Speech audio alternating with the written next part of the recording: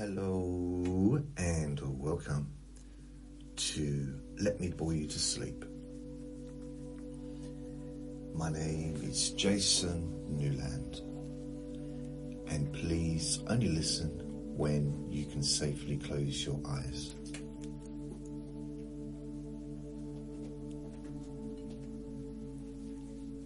Today is Sunday the 2nd of August, 19 wow, I was about to say 1926, 2026.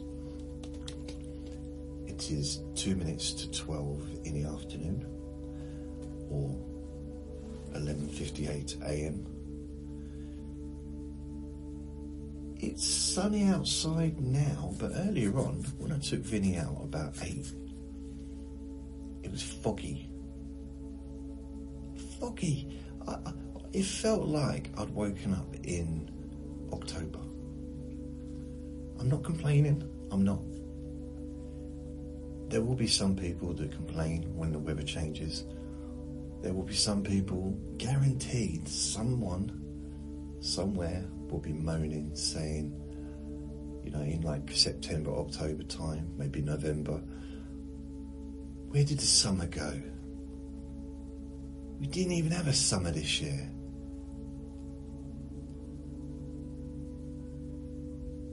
Which is absolutely preposterous. I can't say that word. Preposterous. Ridiculous. Silly. Because it's one of those years that nobody can seriously say that it hasn't been a hot summer. In England anyway. Just nobody can say it, not realistically. And that is something that I've heard for decades. People moaning, oh, where's the summer gone? We didn't even have a summer. Even when it's been nice. I mean, this year's been exceptionally hot. To what it normally is, but still. We always have nice weather in the summer. It's not normally. Why did I say it's not so many times in a row then? It's not. I kind of had this stammer that comes and goes. See? Comes and goes. Sometimes it happens when I'm talking to somebody and I get nervous. I'm not nervous doing this recording because, of course, I'm talking to friends. But let's say I'm talking to someone that I don't know very well, or they're in the park, or maybe it's someone that I see regularly. But sometimes I can't get the words out. And in the past, I blamed that on. Maybe it's because I don't have many real life conversations anymore, like a back and forth, because this is very much kind of a one-way conversation.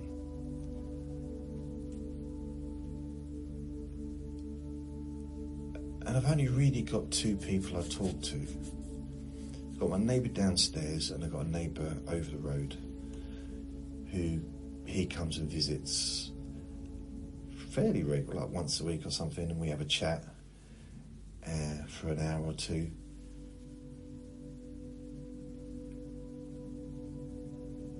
But they're the only kind of, regular conversations I have. And I do have, well, no, it's not true. I've got some friends on the phone that I talk to sometimes. But, as far as like in person, although I am meeting up with a friend this week, who I've known since November 2002, and I class him as a close friend, although I haven't really had much contact with him for quite a while. It's like an occasional meet up. But when we do meet up, it's nothing weird, it's not strange. by that I don't mean that I'm dressed as a clown or anything. I mean, it's not both dressed up as 16th century swordsman or whatever. No, nothing like that. It's just like, you know, sometimes you see someone you haven't seen for a while and you're like, oh, I don't know what to say. I had that recently with a lady that I used to work with. I saw her in the post office. This is a while ago probably. It seems like a few months ago, but I'm not sure. So it's a while back. Probably beginning of the year time. And I said, oh, that probably wasn't a good start. I said, I know you, don't I? She said, yeah. So there was that tone of disappointment that I normally only get when I'm in a relationship. So it's like, oh, okay. I didn't expect her to start doing cartwheels and jumping up and down, setting off fireworks of excitement. But, yeah, she really wasn't pleased to see me. Which, I don't know, I mean, we got on really well when we worked together. But then, you know, that's quite a long time ago, and a lot's happened since then, and a lot's probably happened, well, it's not probably, a lot would have happened in her life. And I might just be like a distant memory to her. I have quite clear memories of her, but she might not have clear memories of me.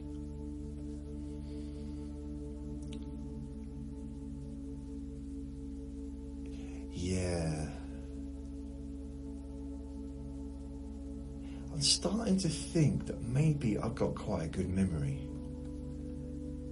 I never really believed I did.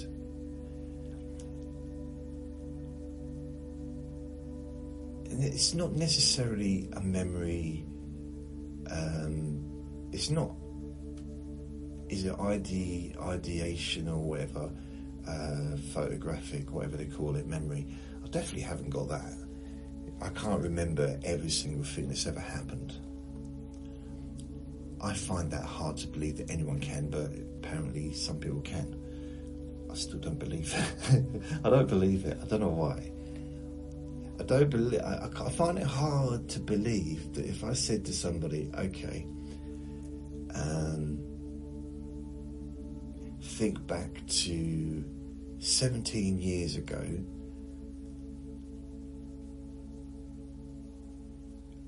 and during the month of June, 17 years ago,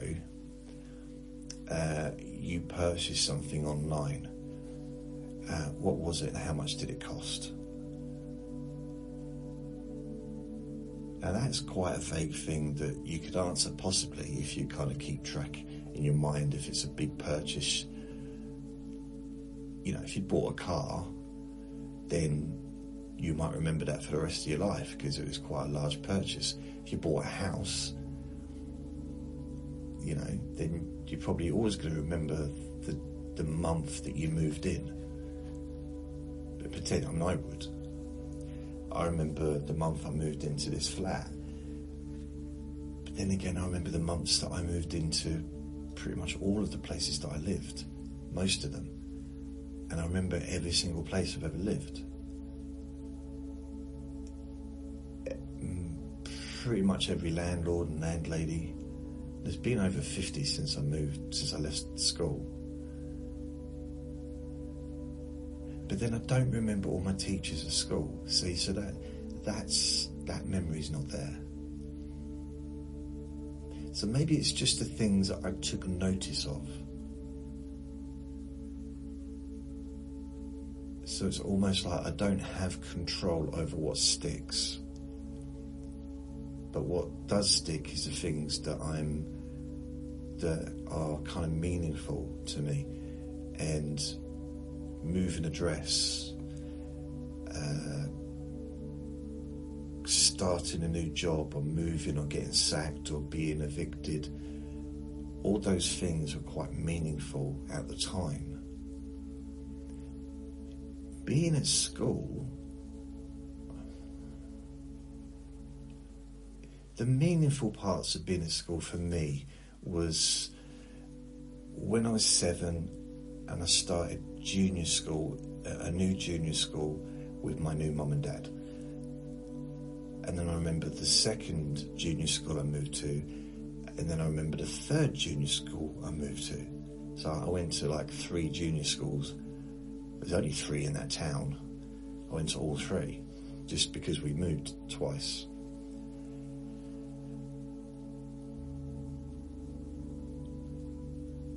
I have only a few memories of the first one, really. I haven't got like huge amounts of memories, although I did get into quite a bit of trouble. The second, that's probably why I remember that, because the police was involved. I was a 7-year-old maniac. I wasn't. It was just I've talked about it before, I won't go into it. But on the second, see, those that haven't heard the story are probably thinking, I can't believe it. For the first time in all this time I've been listening to this weird person, Jason, this weirdo man, he's finally come out with something that might be mildly interesting. He was 7 years old in junior school and did something that involved the police having to come into the school. And he's just brushing over it like it's nothing, and he won't tell us the details. Yet if he finds a bit of fluff on the carpet, he'll talk about that for an hour and a half.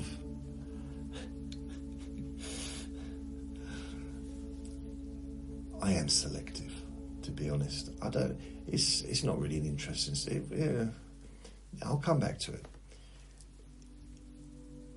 If there is any stories that you think, oh, I'd love to know more about that, then you can contact me, and on my website, just send a message saying, can you expand on that particular adventure in your life, that particular boring event.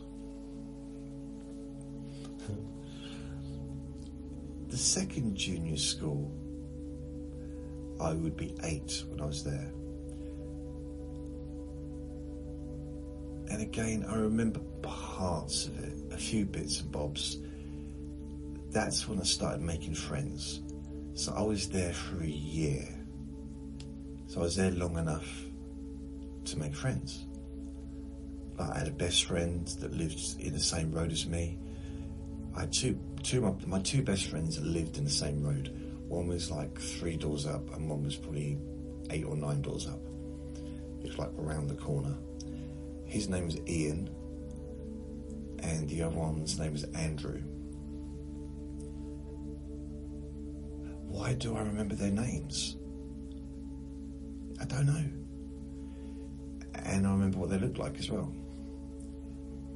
The thing is, I kept in contact with Andrew, who lived just about 3 doors up, because when I moved out of that school, when I was 9, I also moved out of the house. I went to a different school, so I didn't see any of my friends anymore. But I used to see Andrew. I used to visit him sometimes because I'd been visiting my nan regularly, my nan and granddad, because they moved into the house that we were living in. It took over the council house.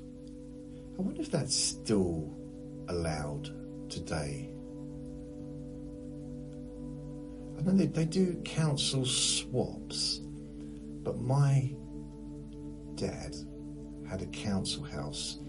Only had it for, blimey, maybe nearly 2 years. We was there for nearly 2 years, I'd say. It was a new build. The best place I ever lived. Ever. Like as a kid. Well, my whole life really, apart from maybe this place. It's, But let's just stick to childhood. that was the best place I ever lived, in that house. I loved it. Everything about it. You know, it was perfect for me, really. Just everything kind of was great. School was just round the corner, a little bit of a walk, but everybody, all the kids from the estate that I was on were all going to the same school. So literally, I never walked to school on my own because there was always other kids walking. And we had a lollipop man. And me and my friends, or if it was just me on my own, would say, "What flavour's the lollipop today?" And it'd say strawberry or banana, depending on what mood he was in.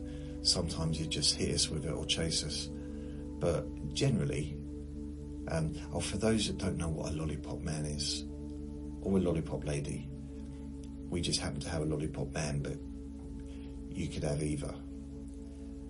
Maybe the correct term is lollipop person, or probably a traffic controller nowadays.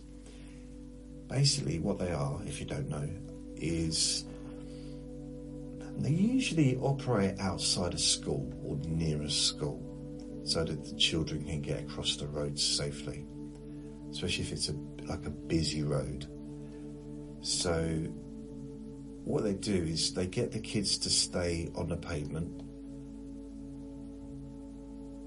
and then usually what they do is they would wait until the traffic was kind of getting clear, but if it didn't, they'd kind of slowly kind of step out, and they'd have a big lollipop, like a big stick with a big round thing, and on one side it'd say stop, on the other side it'd say go, and they'd do it. They'd have to be very careful, because sometimes if they had the wrong side up, we just all get ploughed down. But generally you've got to stop, and the cars would stop, and they'd go into the middle, right, and we still have to wait on the pavement, and the lollipop person would walk into the middle of the road and put their hand out to stop the other person. Actually, did it say go? Because I'm thinking, because they've got to stop both sides of the road.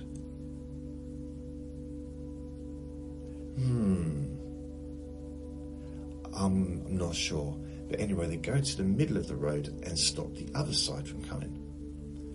Then they'd he'd go with his hands, like, you know, when you want someone to come to you, not aggressively, but just like, you know, wiggling his fingers basically, and we'd all kind of cross the road, and then we'd say, what flavour is your lollipop today, lollipop man? He was friendly, he was nice, he'd never chased us.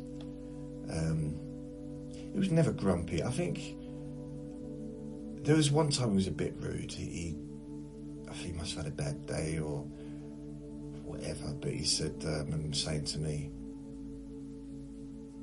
"You're 25. You're too old for this now." And okay. So, you know, it was a bit of a shock. But it was nice. Sometimes it's nice, even at 25, even at like when you're an adult. I just talk for my own personal experience. I like to do things that I used to do when I was a kid. So the only two things I can three things really. One of the things I used to like to do is go on the beach and not even on the beach, maybe on the prom, sit on a chair or bench and just stare out at the sea. I always used to like doing that when I was young, and I used to do that even when I'd moved away to London to get away from that place. When I visited my nan and stuff, or my dad, I would go down there and just gaze into the sea. Well, not into the sea, but into the distance. Because apart from the odd ship, sometimes there'd be nothing there. And it was nice to be able to look and have nothing that I could focus on. I liked that because I couldn't do it any other time, unless of course I looked at the sky. The problem with that is I bang into things. Although my nan did say, well, you could lie down on the grass and do it. I was like, okay, it's an idea. So there's always a solution, I suppose. And another thing I like to do was to swing not on the swing, because in the park near where my nan and granddad lived and where I used to live, on that housing estate, there was this park, and I used to love that park. When I was about 8, I used to jog around it. Honestly, I just run around it continuously till I was completely exhausted and sweating and everything. I just enjoyed being on my own. It was a weird thing, really, because I was 8. I did not need the exercise. I was little. There's not really any need for it, but I enjoyed doing it. And then that's the same place that I first, so I talked about Independence Day when I first was told what Independence Day was, American independence. And that's a park where they had watermelon and burgers and barbecues and stuff, and we're celebrating because we had an air base, I think, an army base or an air base near where I lived. So that was the same park. At the time of that, I don't think they had swings right where they are or where they were. And they also moved the swings to a different part of the park because there was a field which they converted into a bit of a park as well, which is further up. That was always just, I don't know, that was a place where we used to make dens. Honestly, I loved that area. I loved that house because it was built, I didn't think about it at the time. I didn't like it. I wasn't there at the age of 8 writing in my diary, I really like this nice new build house.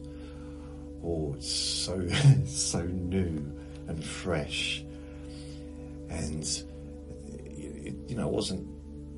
didn't really understand about new builds, or I didn't understand about council houses. But I liked it because we was, like everywhere else is, we were right near fields. We were in the countryside, but then the town was surrounded by countryside.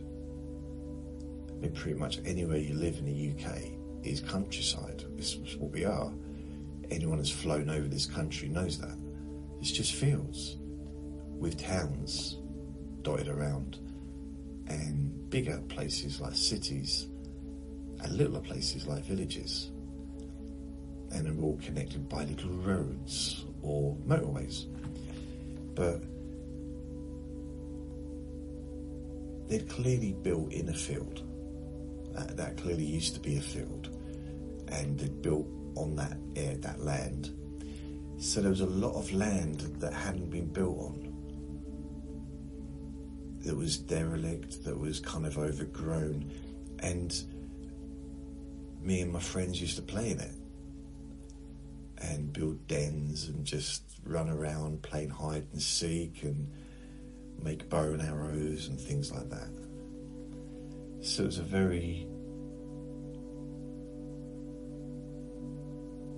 it was fun. I'd be out all day on a Saturday playing. I say all day, I'd get home in time for Mork and Mindy.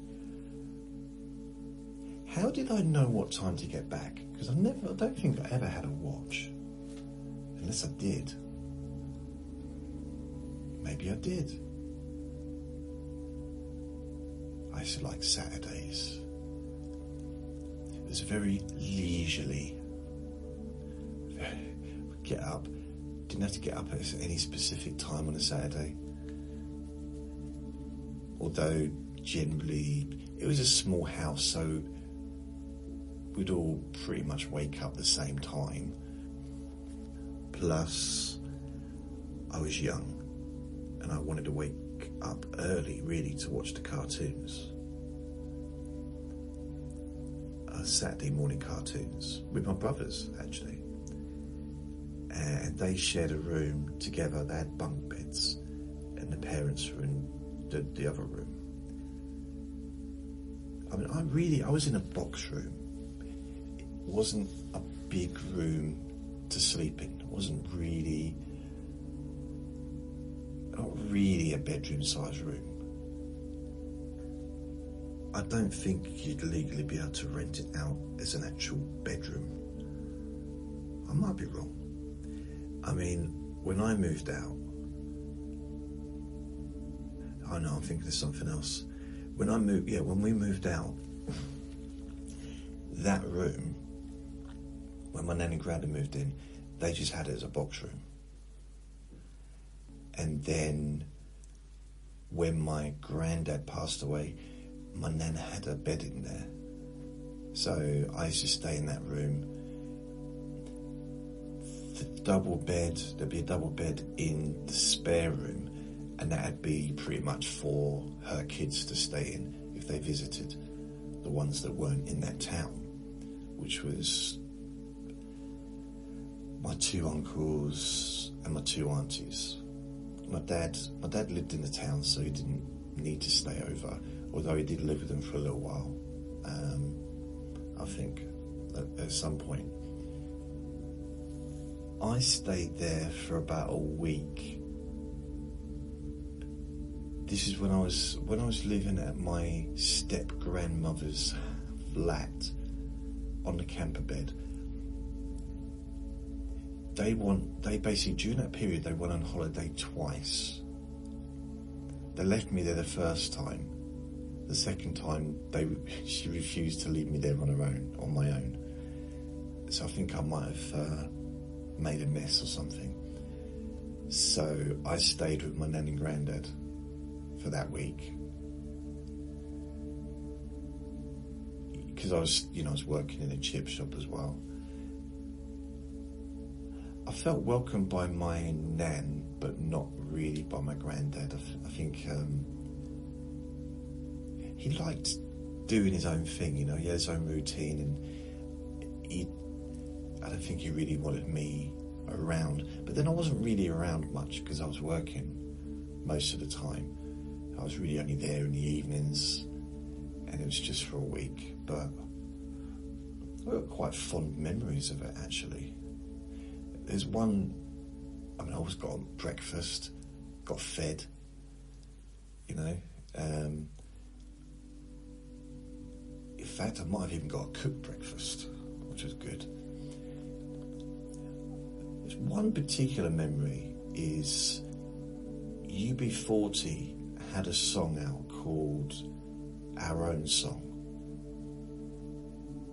And I think it was around the same time as Kingston Town, that kind of period. So it was 1986, probably around, I don't know, August, September time maybe, and maybe the summer, but it was in 1986. And I remember that there was a concert, a live concert on. It wasn't, I don't think it was live as in being broadcasted live, but it was a broadcast of a live concert by UB40. And they were in somewhere like Spain or somewhere like that. And I'm sure there was like a big castle in the background and beautiful scenery. And I watched the whole thing. I just wanted to hear him sing our song, because I really, really loved that song. That was, before that, Red Red Wine was my favourite UB40 song. And if they had never done our song, Red Red Wine would still be my favourite. And I still love it, but our song was I don't know I don't even know why, but I just really, really loved it. So I remember staying up, watching the black and white TV that was in the room that I was going to say rented, but I was sleeping in. Ironically, and it was on quite late, it was on about 11 or something, so I was like keeping the noise down because I did not want my granddad coming in and telling me off. I really didn't. I was scared of him. And it wasn't that he'd ever done anything. He'd never done anything to harm me. I was just scared of him because he was quite a stern, I don't know how to explain it really. I mean, he was a former soldier. I mean, not only had he served in the war, but also he'd been in the army for 12 years before the war, the Second World War. So he was a military person. And then he worked for the government after that. So he had an aura of, I'm not going to say authority, but an aura of don't mess with me. Sort of, I don't know, not really explaining it very well, but yeah, and it's the same with all the family with him. All his kids showed him respect, and even as adults, even in their 30s or 40s, even 50s, yeah, they would not talk back to him. His word was the final word. They'd definitely say something behind his back, they'd like, what was he on about? But, you know, yes, Dad, that's what they would say to his face.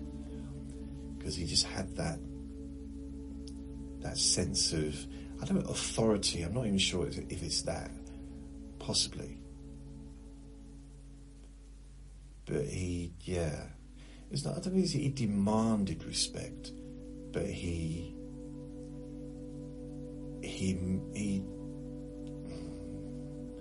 milked it. I don't know if it's the right word. I was thinking he suckled on the teat of respect. That doesn't make sense. So maybe not. And my nan was completely different to him, which is weird because I've noticed that some people, when they get married, well, not necessarily married, but when they've been together a long time, they start to take on personality traits of each other. So one might be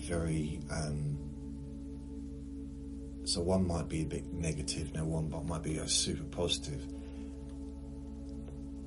But after a certain amount of years, the negative person won't be quite as negative, but then the really positive person won't be quite as positive.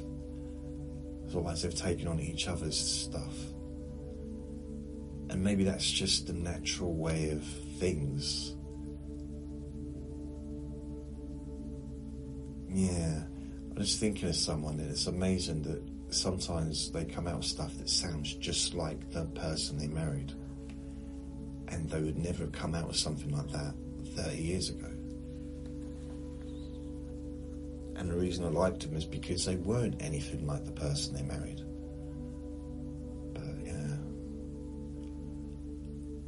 But on the flip side, the person they married has really changed in a better way. So it's kind of, yeah. Plus age as well, we changed, don't we, with age. I know people that used to be proper bubbly and all that stuff, and perhaps they're not like that anymore.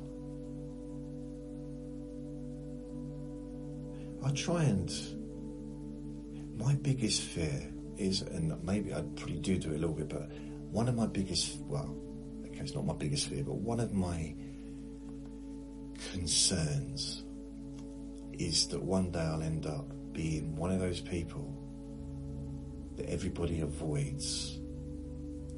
I may already be one of them, but not for the same reason as I'm thinking.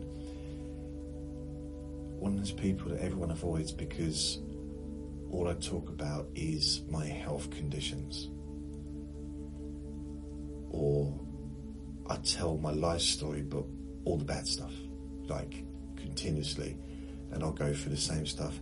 I mean, technically you could say that is what I do. I do repeat myself, but I'm not focusing on illness and stuff like that.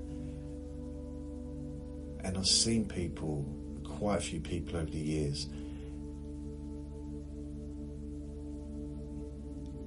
and they only seem to get worse. It's like it seems to make them worse by focusing on it. There's my favourite sentence, and it's not my sentence, it's not something that I come up with, but it was, I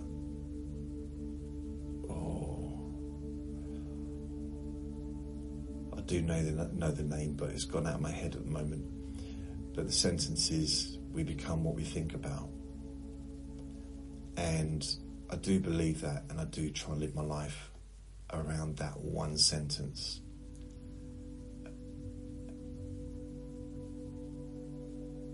And the other one I quite like is, you are what you do repeatedly. So, and that makes sense as well. I mean, in a more practical way, that probably makes sense, because if you do something, you become good at it.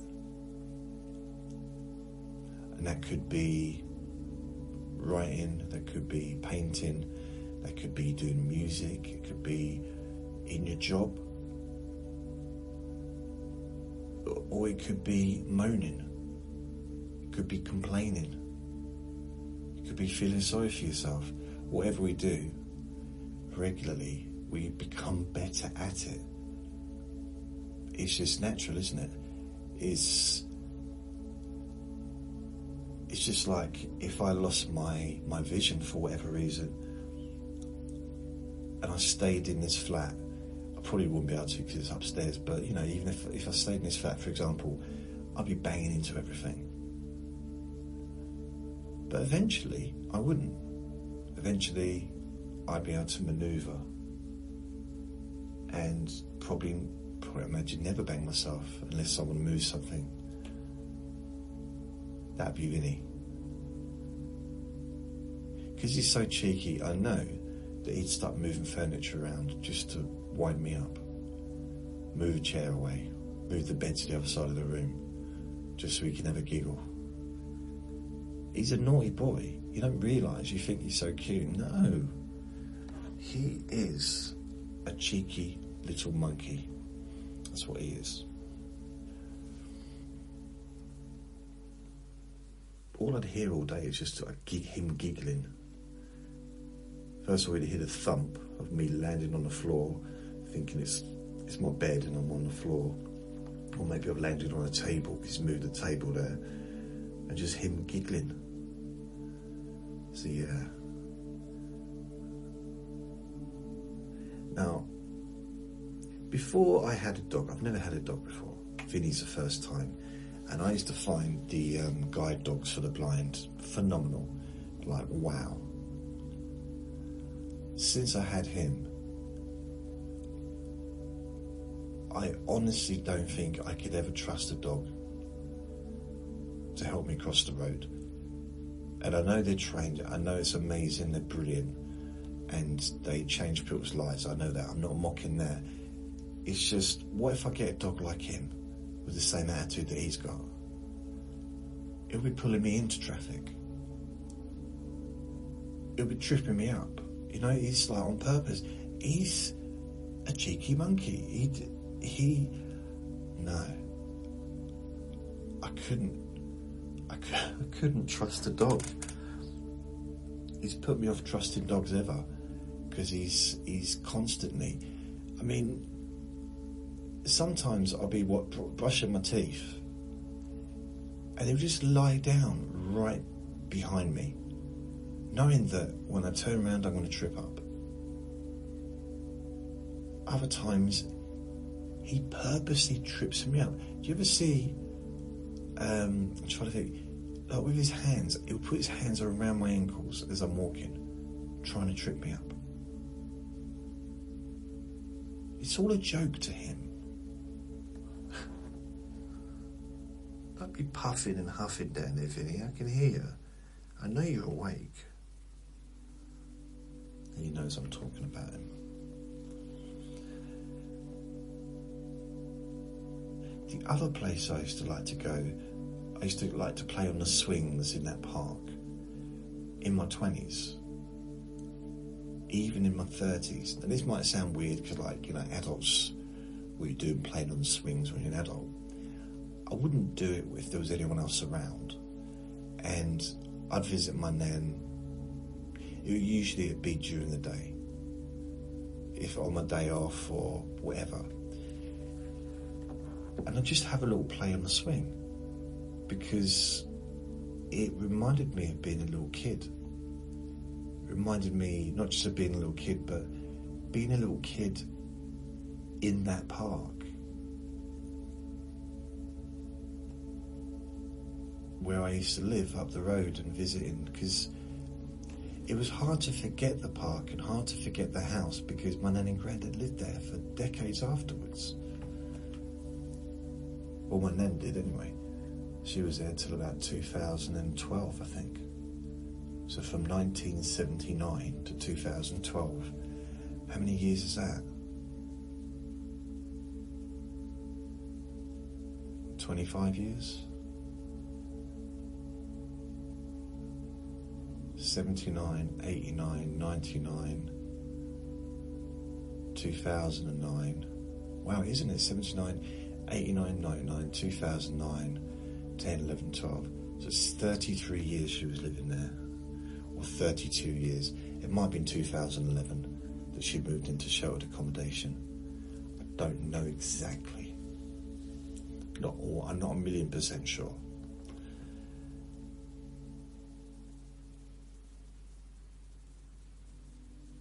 I mean, the other thing, I also used to like to walk around because there was all these, so as you came out of the estate and you go under a bridge, it led you all around the fields, and there was, I guess it was like a road, but, well, it was a road, cars used to go on it. So yeah, there was a duck pond like halfway through it, and it could lead you to the complete other side of town, like absolutely miles away. And it was a good hour walk, if not more. And we used to do it after lunch. So if we went to my nan and granddad's for lunch, the whole family would go and would walk. So me, my three brothers, the parents, my nan and granddad. And my nan would be back. She'd be probably talking to me, or she'd be with us. My granddad would be about a mile ahead. He always walked ahead. He didn't talk to anyone. He just walked fast. And I used to ask my nan, why? Why is he doing that? And she used to say, shut up. No, she didn't. Shut up and eat your fish finger sandwich. No, she didn't. She's just like, hello? Actually, I don't know what she answered. But I did question it. I don't know if I questioned it out loud. Knowing me, I probably would have done. But we did that journey lots of times. He always did the same thing. I mean, I remember once I saw him and he was going for a long walk. And I was on my own, and I kind of bumped into him, but he was walking up the stairs and I was about to go down the stairs. This was the other side of town, not near the beach. He said hello, and then carried on walking. So, you know, it wasn't, it was, I didn't expect him to sit me down and tell me a bedtime story or anything. I just explained to me the meaning of life. I just, that's not what my nan would have done. But then they were two very different people. My nan would have asked me how I was, and she'd have told me how she was, and we'd have had a chat. In fact, if it was my nan, I would have stayed with her and walked her home. Or gone back, she would have come with me or I'd have come with her. We wouldn't have, separated.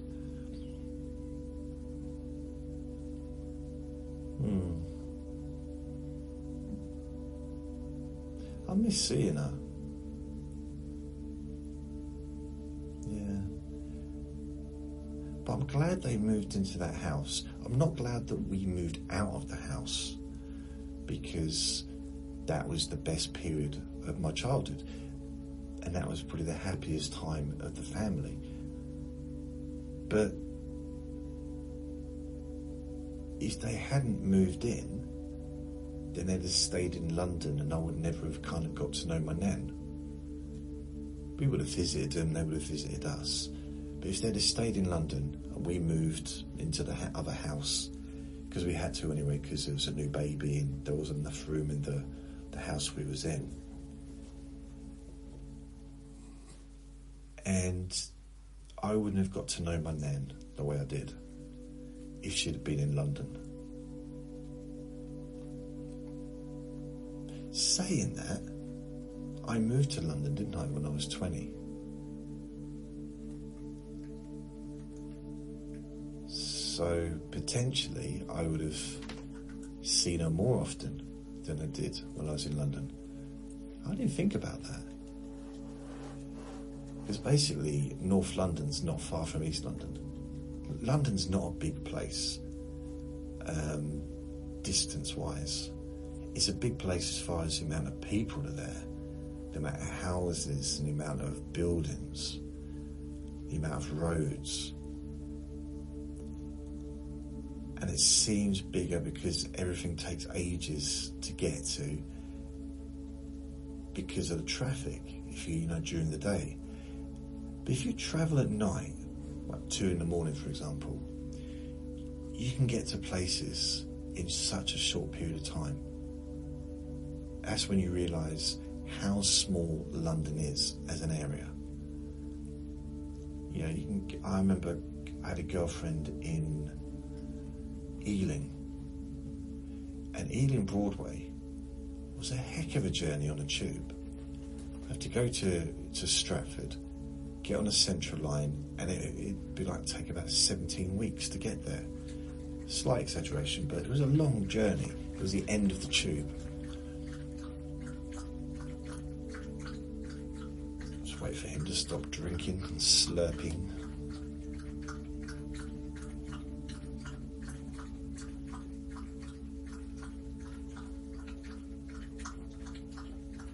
That's a lot of drinking, isn't it?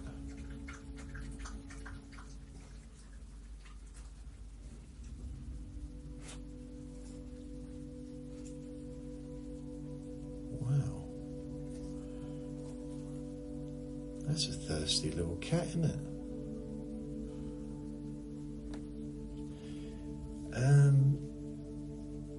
How do dogs know to drink out of a bowl?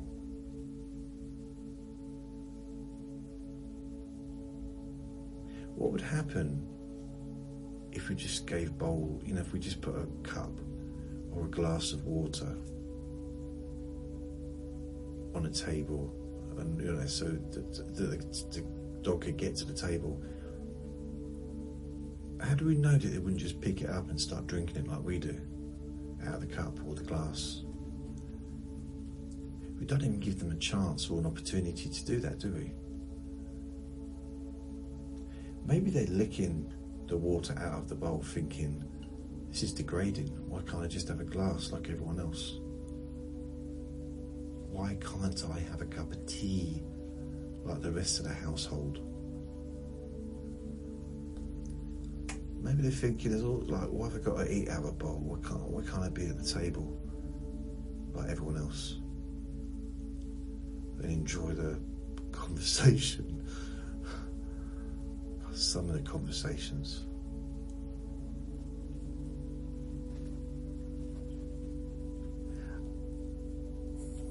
Yeah. That was it. I think the only 2 meals of the week I quite liked at home. Not food wise, but like as far as atmosphere. Outside of Christmas, I mean, Christmas was pretty cool the whole time, but I like Saturday lunchtimes and evenings, because what we used to do on a Saturday is my mum would make me burgers, or make us all like burgers and chips, or pizza and chips, stuff like that. So we'd come home from playing, have that, and then go out again. In the evening, it would be like a buffet, so there'd be plates and dishes of crisps. Well, the dog was barking in the garden again. It sounded like an echo, but a high-pitched echo in the distance. And then I realised it was another dog. And I thought to myself, oh no, not 2 dogs. When 1 dog is clearly enough to deal with. There seems to be a bit of a lag of sound right now, which is nice. It's nice. It did go on for a few minutes. Oh man. So, I can't remember what I was talking about, but the other thing I used to like to do when I was in my 20s and 30s, but mainly 20s, something I used to do when I was 8. Well, I did it all through, basically from the age of 7 onwards, really, when I moved into that house. We lived just round the corner, basically. The dog started barking even more, so I took that opportunity to wander into the kitchen and see what I needed to order on Uber Eats, because I need a few bits. And so I ordered that, and wow, £69.92. So it should be here at between 1:35 and 1:57, and it's 1:03 now. So that's good, because I've got nothing to eat, so I'll give me something to eat when I get here. I need some milk and some breakfast cereal and bits and bobs. It don't half add up. Blimey. The dog's stopped now. Hopefully that'll be quiet for a little bit. So if you looked out of the bedroom window in my nan and granddad's house, or when I lived there, no, not the window of the kitchen, sorry, or the upstairs spare bedroom. At the end of the garden, there was a motorway. And it wasn't exactly at the end of the garden, but you got to the end of the garden, there was a fence. Pop over the fence, there was a walkway that you could go through, and then there was a hill, an embankment, which then led to the motorway. So you could hear the motorway pretty much the whole time, but it just got used to it. It's weird, it's a strange one, really. It never really affected me when I lived there, because I lived at the front of the house. And probably when we was in the kitchen eating and stuff, we were making so much noise that I imagine people in the cars and the motorway are probably moaning. Just like, put your fingers in your ears, we've got to go past that house, that noisy house down in the embankment. So we probably make more noise than the cars, that's what I'm trying to say, in a weird way. Wow.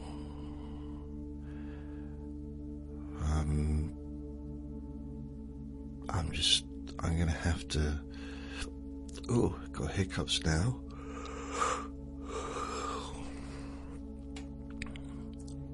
I have to bring this recording to a crescendo due to the woof woof in the garden.